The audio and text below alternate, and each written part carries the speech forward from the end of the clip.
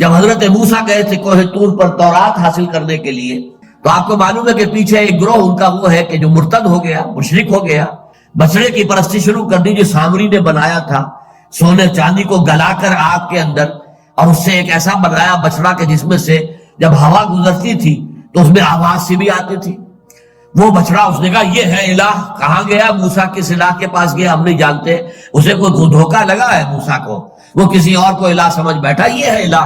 اور ان میں سے بہت سے لوگوں نے اس کی پرستی شروع کر دی۔ اب جب حضرت موسیٰ آئے بہت غصے کے اندر، غضبناک جلالی مزاج کے تو وہ تھے ہی، ایک قبطی کو ایک وقت میں صرف ایک مکہ مارا تھا اور اسے ڈھیر کر دیا تھا، وہ مر گیا اس ایک مکے سے۔ تو حضرت موسیٰ آئے تو بڑے جلال میں آئے، فیصلہ پھر اللہ کی طرف سے یہ آیا، اور اللہ کی طرف سے ہوگا جو حضرت موسیٰ نے دیا، کہ اب ہر قبیلے کے لوگ اپنے ہی قبیلے کے ان لوگوں کو قتل کریں۔ وہاں بھی الفاظ کیا ہے؟ انکم ظلمتم انفسکم باتخاذکم العجل، تم نے اپنی جانوں پر ظلم کیا ہے اس بچڑے کو پکڑ کر معبود بنا کر اپنے لیے اختیار کر کے۔ تو فرمایا فتوبوا الی بارئکم واقتلوا انفسکم، توبہ کرو اپنے رب کے حضور میں، واقتلوا انفسکم، اور قتل کرو اپنے آپ کو۔ اس کا مطلب یہ نہیں تھا کہ خودکشی کرو، بلکہ مطلب کیا تھا کہ ہر قبیلے کے وہ لوگ جو ایمان پر قائم رہے اور انہوں نے شرک نہیں کیا، وہ اپنے ہی قبیلے کے ان لوگوں کو قتل کریں کہ جنہوں نے شرک کیا ہے۔ چنانچہ روایات میں آتا ہے تورات کی 70,000 یہودی قتل ہوئے۔ جب یہ مصر سے نکلے تھے کل 5 لاکھ تھے، 5 لاکھ کے اندر شاید 2 لاکھ ہی ہوں گے یا 3 لاکھ ہوں گے کہ جو جوان ہوں اور جو بڑے ہوں، باقی تو بچے اور عورتیں ہوں گی۔ ان میں سے 70,000 کا قتل ہو جانا بہت بڑا واقعہ ہے۔ اچھا، اس میں اصل پس منظر کیا ہے؟ کیوں کہا اپنے آپ کو قتل کرو؟ قبائلی زندگی میں یہ ہوتا ہے کہ ایک قبیلے کے لوگوں کو دوسرے قبیلے کے لوگ قتل کریں گے تو جواباً قبائلی عصبیت بھڑک اٹھے گی۔ لہذا ہر قبیلے کے وہ لوگ جو مشرک نہیں ہوئے، جنہوں نے شرک نہیں کیا، جو توحید پر قائم رہے، وہ اپنے ہی قبیلے کے ان لوگوں کو قتل کریں جو اس شرک کے جلی کے اندر ملوث ہو گئے۔ تو انفسکم کا لفظ اس لیے آیا ہے، اپنے قبیلے کے لوگوں کو تم قتل کرو۔ فتوبوا الی بارئکم واقتلوا انفسکم، قتل کرو اپنوں کو، اپنے آپ کو نہیں، اپنوں کو جو تمہارے ہیں، تمہارے قبیلے کے لوگ ہیں، تاکہ قبائلی عصبیت نہ بڑھے۔ ذالکم خیر لکم عند بارئکم، یہی تمہارے نزدیک بہتر ہے، تمہارے پیدا کرنے والے کے نزدیک یہی بہتر ہے تمہارے لیے، اگر تم سمجھو۔ سورۃ الکہف، بسم اللہ الرحمن الرحیم۔ الحمدللہ الذی انزل علی عبدہ الکتاب ولم یجعل لہ عوجا۔ یہ پوائنٹ میں نوٹ کرا چکا ہوں کہ آخری آیت کیا تھی؟ قل الحمدللہ، کہو قل حمد اللہ کے لیے ہے۔ یہ آخری آیت تھی سورہ بنی اسرائیل کی، اور سورہ کہف کی آیت شروع ہو رہی ہے الحمدللہ الذی، گویا کہ اس حکم کی تعمیل جو ہے اس سے آغاز ہو رہا ہے اس سورہ مبارکہ کا۔ اس کو میں نے کہا تھا یہ انٹر لاکڈ ہیں دونوں صورتیں جو ہے، جیسے آتا ہے تورات میں کہ حضرت یعقوب اپنے بھائی عیسو کی ایڑیاں پکڑے ہوئے تولد ہوئے، یہ جڑواں پیدا ہوئے تو 2 بھائی عیسو اور یعقوب۔ عیسو بڑے تھے، یعنی بڑے اس معنی میں جو بھی ہوتے ہیں جڑواں میں جو پہلے جس کی ولادت ہو جائے وہ بڑا ہوتا ہے، چاہے 2 منٹ کا فرق ہو، 5 منٹ کا فرق ہو۔ تو اس کی ولادت کے بعد پھر حضرت یعقوب پر عقب کہتے پیچھے کو، پیچھے آنے والا یعقوب، اس لیے ان کا نام پڑ گیا ہے کہ یہ پچھلا ہے۔ جو پہلا تھا وہ عیسو تھا، عیسو کے بارے میں کچھ معلوم نہیں ان کی اولاد وغیرہ کدھر گئی، بہرحال وہ ایک علیحدہ بحث ہے۔ تو اسی طریقے سے یہ سورہ کہف جو ہے گویا کہ سورہ بنی اسرائیل کی ایڑیاں پکڑے ہوئے قرآن مجید میں وارد ہو۔ اس میں آپ دیکھیے الحمدللہ الذی انزل علی عبدہ، وہی اللہ تعالیٰ نے اللہ کے اپنے رسول کی جو نسبت ہے اس کو عبد کے نمایاں کیا ہے، کتاب نازل کی ولم یجعل لہ عوجا، اور اس میں کوئی کجی نہیں رکھی، قیما سیدھی، ٹھیک روشن مبین، لینذر بأسا شدیدا۔ اب یہ ہے لفظ جو بہت زیادہ غور کرنے کے قابل ہے۔ اس کتاب کے حضور پر نزول کے مقاصد میں سے ایک یہ بھی ہے خبردار کر دیں ایک بہت بڑی آفت سے۔ ویسے باسن جب واحد آتا ہے تو عام طور پر اس کے معنی جنگ ہوتے ہیں، جب جمع میں آتا ہے تو سختی، مصیبت، بھوک، فاقہ، یہ سارے بأسا۔ آیت البر میں بھی ہم نے پڑھا والصابرین فی البأساء والضراء وحین البأس۔ بأسا جب جمع میں آیا ہے تو فقر و فاقہ، تکلیف، مصیبت، اور حین الباس جنگ کے وقت۔ تو ان دونوں کو ذہن میں رکھیے، بہت بڑی آفت ایک تو ہے دجالی فتنے کی، دجال المسیح الدجال جو آنے والا ہے۔ جس کے بارے میں حدیث میں آتا ہے کہ کوئی نبی اور رسول ایسا نہیں گزرا جس نے اپنی قوم کو دجال کے فتنے سے آگاہ نہ کیا، اور پوری انسانی تاریخ میں دجال کے فتنے سے بڑا کوئی فتنہ نہیں، اور وہ ہر بندہ مومن کے امتحان کے لیے کڑا ترین جو ہے مرحلہ آ جائے گا، سخت ترین امتحان اس کا لیا جائے گا۔ تو یہ جو سختی ہے اس کی خبر دیتے ہوئے یہ سورہ مبارکہ نازل ہو رہی ہے، اور خاص طور پر اسے باسن اگر جنگ کے معنی میں لیں تو الملحمۃ العظمیٰ، کتاب الملاحم، جو کہ آپ دیکھیں گے احادیث کی کتابوں میں پورا باب ہے کتاب الملاحم، اور اس کا تعلق بھی دجال کے ساتھ ہے، کیونکہ پھر دجال ہی کو قتل کریں گے حضرت مسیح علیہ السلام نازل ہو کر۔ تو یہ سارا مسئلہ جو ہے اس کی خبر دینے کے لیے قیما لینذر بأسا شدیدا من لدنہ،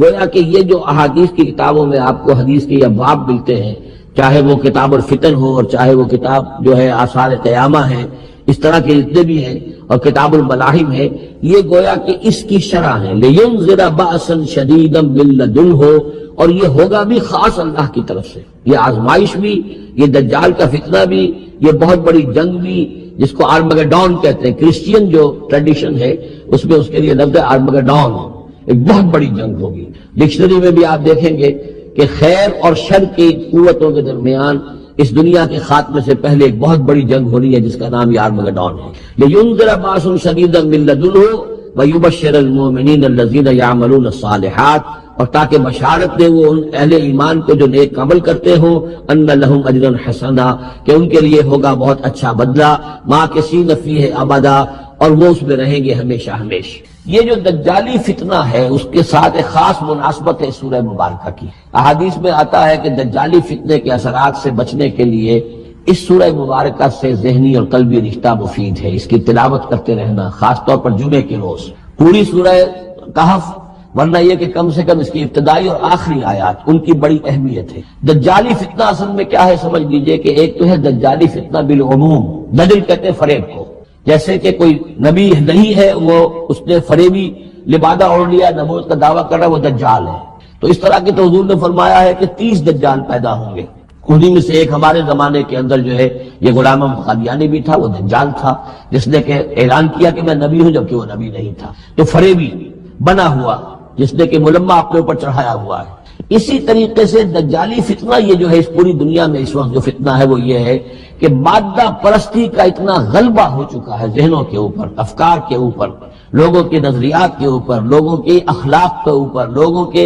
اقدار جو ہیں، ویلیوز جو ہیں اس کے اوپر، کہ وہ آخرت کو بالکل بھول گئے، اللہ کو بھول گئے، اسباب کے اندر گم ہے، وہ سبب الاسباب سے ظہور ہو گیا، دنیا ہی دنیا ہے، آخرت کو بھولے ہوئے ہیں، مادہ ہی مادہ ہے، روح سے کوئی سروکار ہی نہیں۔ یہ ہے بالعموم جس کا نام دجالی فتنہ ہے کہ حقیقت کے اوپر پردہ پڑا ہوا ہے، آخرت پر دنیا کا پردہ پڑا ہوا ہے۔ یہ دنیا جو ہے در حقیقت کیا ہے، وَمَا الْحَيَاةُ الدُّنْيَا إِلَّا مَتَاعُ الْغُرُورِ، یہ دھوکے کا سامان ہے، اصل زندگی کو اس نے ڈھانپا ہوا ہے۔ ہم نے یہ سمجھ لیا کہ زندگی یہی ہے، اسی کے لیے بھاگ دوڑ، محنت، صبح و شام، اسی کے مستقبل کی فکر ہے، لیکن اصل زندگی اس کی کوئی فکر ہی نہیں۔ باقی ایک دجال جو ہے جو آئے گا وہ معاملہ احادیث کے اندر بھی بڑی طوالت کے ساتھ ہے، اور اس میں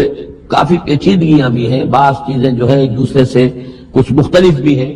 اس میں پھر اہل علم کو بہرحال مطابقت پیدا کرنی پڑتی ہے۔ میں نے جہاں تک اپنی کوشش کی ایک رائے تک میں پہنچا ہوں، لیکن ابھی میں اسے بیان نہیں کر رہا ہوں۔ بہرحال دجالی فتنے کی خبریں موجود ہیں بہت شدت کے ساتھ، اور اس صورت کا پڑھنا جو ہے اس میں بہت مفید ہے۔ اس صورت کے مضامین کا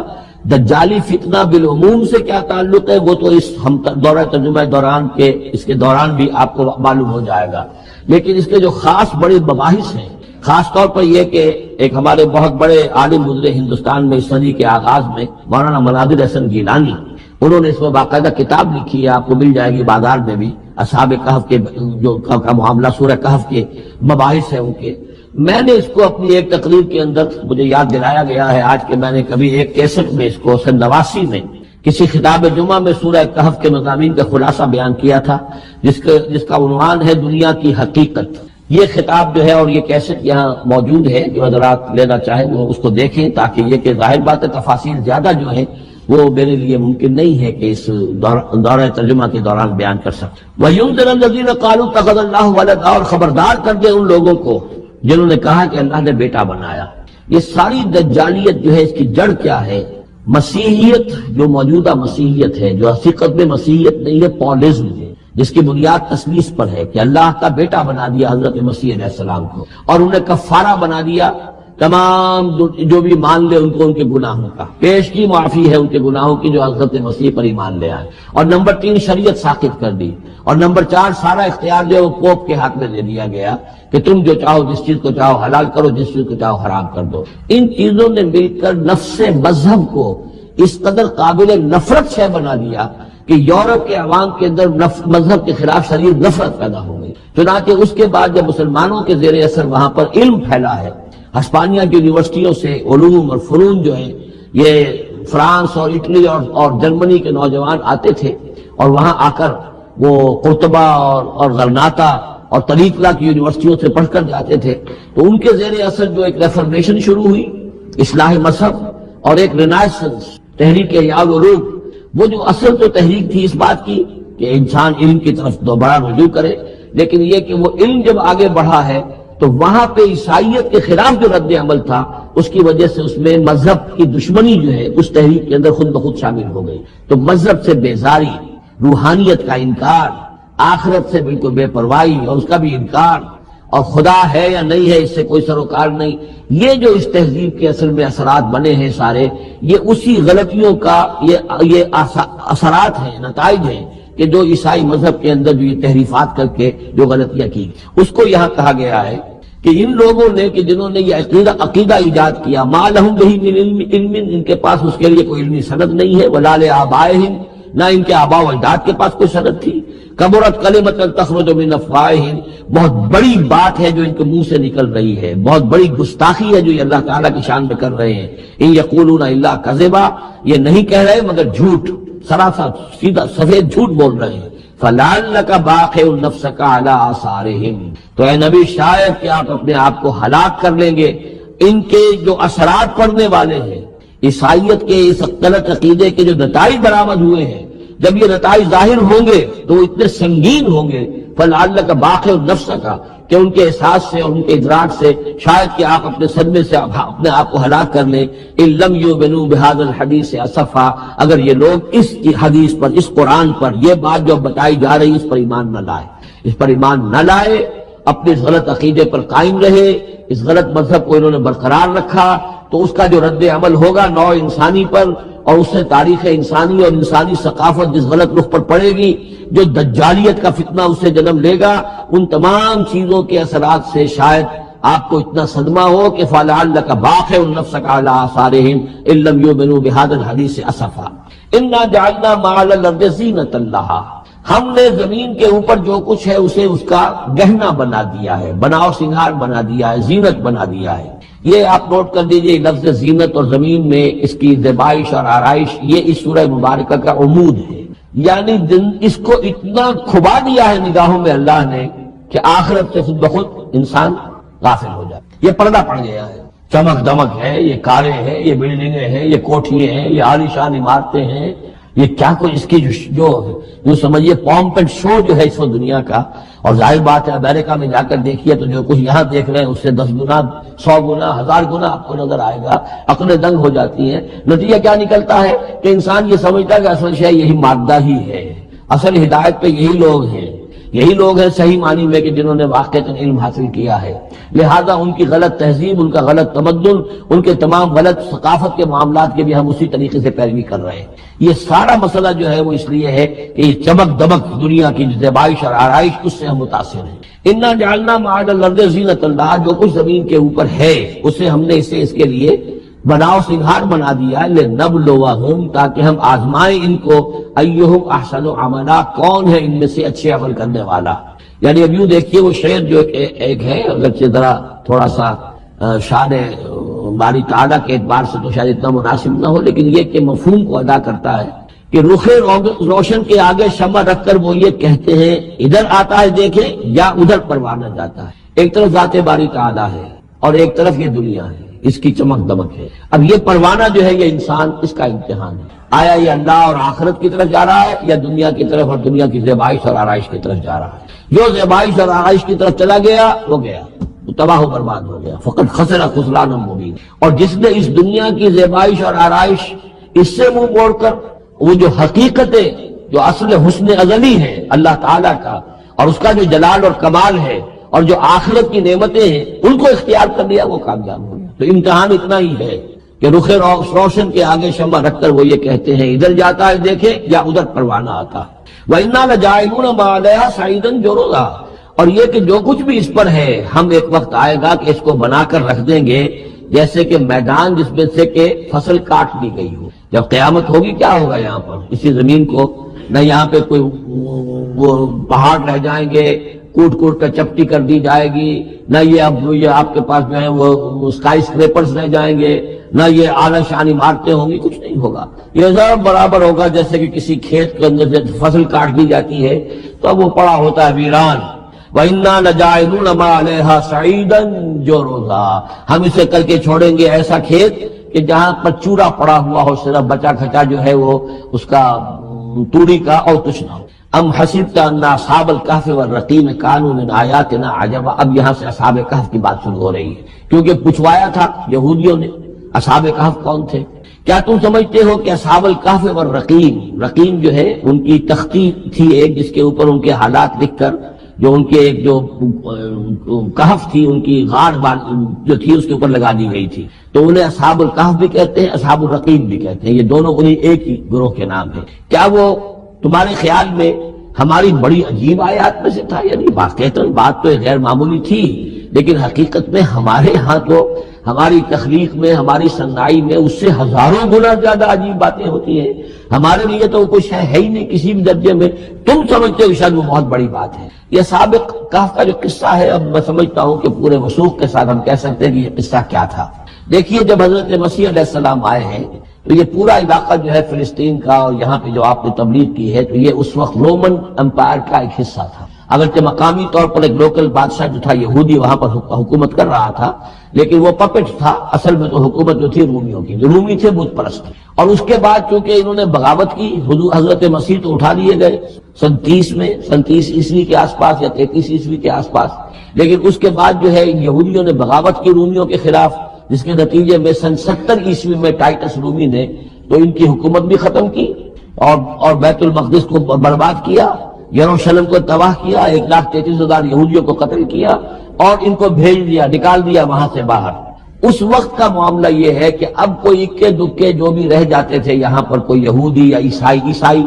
یہودیوں کو تو نکال دیا، عیسائی رہ گئے، لیکن عیسائیوں پر بھی بہت ظلم ہوتا تھا۔ یہ موحد تھے، حضرت عیسیٰ کے ماننے والے، وہ بت پرست تھے۔ تو اس زمانے میں کہیں بادشاہ کوئی تھا ڈیسیس یا دقیانوس جس کو کہتے ہیں، اس کے زمانے میں کچھ جو عیسائی تھے حضرت عیسیٰ کو ایمان رکھتے ہیں، آج کے عیسائیوں پر قیاس نہ کیجیے، جو نصارہ تھے حضرت عیسیٰ کو ماننے والے جو موحدین تھے، ان میں سے کچھ نوجوانوں کی پیشی ہوئی بادشاہ کے دربار میں۔ انہوں نے کہا کہ تم اپنے نئے دین سے اگر باز نہیں آؤ گے، اتنے دن کی مہلت تمہیں دی جا رہی ہے تو تمہیں سولی چڑھا دیا جائے گا، بس مہلت دی جا رہی ہے، جاؤ اور کر لو، سوچو۔ ان لوگوں نے آ کر سوچا کہ اب نہ تو ہمارے لیے یہ ممکن ہے کہ ہم مقابلہ کر سکیں، چلو کسی غار میں چھپ جاتے ہیں، دیکھیں اللہ تعالیٰ کیا کرتا ہے ہمارے لیے۔ وہ ایک غار میں جا کر چھپ گئے، اور غار میں جا کر چھپے ہیں تو اللہ نے انہیں وہاں پر سلا دیا، موت تاری نہیں کہ سلا دیا۔ اللہ کروٹ بھی بدلواتا رہا، ان کے لیے سارا کچھ بندوبست کیا، اللہ کی قدرت میں تھا۔ حضرت عزیر کو 100 برس کے لیے مار دیا تھا، موت کے بعد ان کو دوبارہ زندہ کر دیا۔ لیکن یہ کہ ان کا معاملہ یہ ہے کہ ان کو وہاں پر جو ہے تقریباً 300 برس یہ وہاں پر پڑے رہے اس غار کے۔ غار کی شکل کچھ خاص ایسی تھی کہ ادھر آنا جانا لوگوں کا تھا ہی نہیں، اور یہ ہے جو موجودہ ترکی کے علاقے میں شہر ایفسس ہے، اس کے آس پاس ہے اس طرح کے غار، جیسے ایجنٹا کے غار ہندوستان کے مشہور ہیں، ایسے ہی وہاں بھی غاروں کا سلسلہ ہے، اور ہیں بھی وہ ایسے کہ ان کے دہانے جو ہے وہ ہے شمال کی جانب، تو دھوپ ان میں براہ راست نہیں جاتی، صرف یہ کہ ریفلیکٹڈ لائٹ تو آتی ہے لیکن یہ کہ براہ راست دھوپ نہیں جاتی، تو ایک طرح کا اندھیرا سا اس کے اندر ٹوائی لائٹ جسے آپ کہہ لیں وہ رہتا ہے سارا دن۔ وہاں پر یہ 300 برس تک سوتے رہے۔ اس 300 برس کے عرصے میں یہ ہوا کہ رومن امپائر جو ہے اس نے خود عیسائیت اختیار کر لی۔ 300 عیسوی کے اندر کانسٹنٹائن جو تھا ایمپرر وہ عیسائی ہو گیا، اب پوری امپائر جو عیسائی ہو گئی۔ اب اس کے زمانے میں اس کے بعد تھیوڈوسیس ہے ایک، 446 عیسوی میں یہ تھا، اس کے زمانے میں اللہ تعالیٰ نے ان لوگوں کو جگایا 300 برس کے بعد۔ اب یہ سمجھ رہے ہیں کہ وہی زمانہ ہے، وہی کفار کی حکومت ہے، وہی مشرکین ہے۔ اب انہوں نے ڈرتے ڈرتے اپنے کسی ایک آدمی سے کہا بھائی جاؤ یہ لے کے سکہ لے کر جاؤ چاندی کا، اور کچھ نہ کچھ کھانے پینے کے لیے لے کر آؤ، دیکھنا لیکن اس طرح ہو کہ ہمارا پتہ نہ چل جائے کہ ہم یہاں چھپے ہوئے ہیں۔ وہاں جو گئے انہوں نے وہ سکہ پیش کیا، ان کا یہ سکہ تمہارے پاس کہاں سے آیا؟ یہ تو بہت پرانا سکہ ہے، تو 400 سال پرانا 300 سال پرانا سکہ کہاں سے لے آئے تمہیں کوئی خزانہ ملا؟ بارہ اس حوالے سے اب وہ جو ہے وہ پکڑے گئے، ان کی حالت جو ہے وہ جو بات سامنے آ گئی۔ لیکن جب بات سامنے آ گئی تو اب ان کا بہت یعنی وہ عزت کی گئی، اس لیے کہ اب تو جو ان کا مذہب تھا در حقیقت پوری مملکت کا مذہب وہی ہو چکا تھا، تو صورتحال تو تبدیل ہو چکی ہے۔ پھر یہ کہ اس کے بعد تفصیل معلوم نہیں ہے کہ غالباً وہ جا کر اپنی اسی غار میں وہ سو گئے ہیں، یا دوبارہ اللہ نے ان پر وہیں پر موت طاری کر دی ہے، اس کا دروازہ بند کر کے اور اس پر ایک تختی لگا دی گئی ہے۔ یہ اصحاب کہف ہے۔ گبن کی جو ہے decline and fall of Roman empire, اس میں بھی یہ 7 سلیپرز 7 سونے والے ان کی کہانی موجود ہے۔ یہ چیز جو ہے گویا کہ رومن لٹریچر کے اندر موجود تھی، اس کا جو ذکر موجود تھا، اور قرآن مجید میں یہ امتحاناً سوال کیا گیا حضور سے، تو اس کا جواب دیا گیا کہ یہ 300 برس تک کچھ لوگوں کو سلا دینا یہ اللہ تعالیٰ کے نزدیک تو کوئی بڑی بات نہیں ہے، تمہارے نزدیک ام حسبت ان اصحاب الکہف والرقیم کانوا من آیاتنا عجبا اذ ابى الفتية الى الکہف، جبکہ وہ نوجوان آئے اپنے اس غار میں، فقالوا، اور انہوں نے کہا ربنا آتنا من لدنک رحمتا، پروردگار اب خاص اپنے خزانہ فضل سے ہمارے لیے رحمت کا